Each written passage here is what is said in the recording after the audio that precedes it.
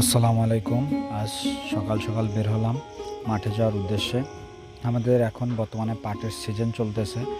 পাট এবছর ভালোই ফলন হয়েছে আলহামদুলিল্লাহ। পাট এবছর অনেকটাই বুনেছিলাম, প্রায় ৭০% মতো। সেই পাট কাটার জন্য আজকে ৫ জন লোক নিয়েছি, তারা পাট কাটা শুরু করেছে, সকাল থেকেই পাট কাটছে।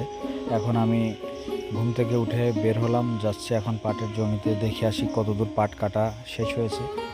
দেখলাম আলহামদুলিল্লাহ ভালোই পাট কাটা শেষ হয়েছে। পাটে এবছর আলহামদুলিল্লাহ অনেক ভালো ফলন হয়েছে। এই কারণে আল্লাহর রহমতে আমি আশা করছি যে প্রায় ১৫ মণ মতো পাট হবে এই জমিতে। আর এর পরের জমি যেটা আছে ওইটা এখনও কাটা শুরু করি নাই, এটা কাটা শেষ করব। এটা জাগে দেওয়ার পরে ওইটা আবার কাটবো ইনশাল্লাহ। তা এখন ওনাদেরকে নিয়ে যাব আর কি, যেখানে পাট জাগ দিব সেই জায়গাটা, একটা পুকুর নিয়েছি এবছর ৩,০০০ টাকা দিয়ে দুজন মিলে ওই পুকুরে জাগ দিব। তাই ওনাদেরকে এখন সেই রাস্তা দেখিয়ে নিয়ে যাব। ওনাদের সাথে আমিও এক বোঝা পাট নিয়ে যাব। আমি পাটের বোঝা নিই না কখনো, কারণ আমার এমনিতেই মানে বোঝা বহন করতে কষ্ট হয় অনেকটা। আমি সবসময় ঘাসের বোঝাটাই নিই, পাট কখনো আমি মাথায় করে নিই না। তারপরে ওনাদেরকে পথ দেখিয়ে নিয়ে যাওয়ার জন্য আমি আগে একটা বোঝা নিয়ে রওনা হলাম। এখন ওনারা আমার সাথে যাচ্ছে।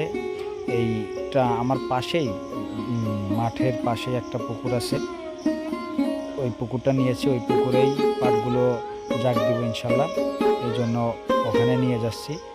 এখন পুকুরের কাছে প্রায় চলে আসছে। এখন পুকুরে পাটগুলো ফেলবো। আমরা এক এক করে পাট ফেলতেছে।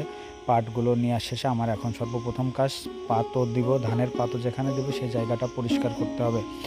এই জায়গাতেই ধানের পাতও দেবো ইনশাল্লাহ। তা প্রায় আমরা ১২-১৩ কেজি, সর্বোচ্চ হইলে ১৫ কেজি ধানের পাতও দিব। যে জায়গাটায় ধানের পাতা দেবো সেই জায়গাটা পরিষ্কারের কাজ চলতেছে।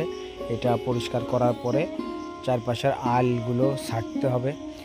আলের যে ঘাস আছে এগুলো পরিষ্কার করার পরে ইনশাল্লাহ আগামীকালকে আরও বাকি কাজ কমপ্লিট করার পরে আমরা এখানে ধানের পাতা দেবো ইনশাল্লাহ। সবাই দোয়া করবেন। আসসালামু আলাইকুম।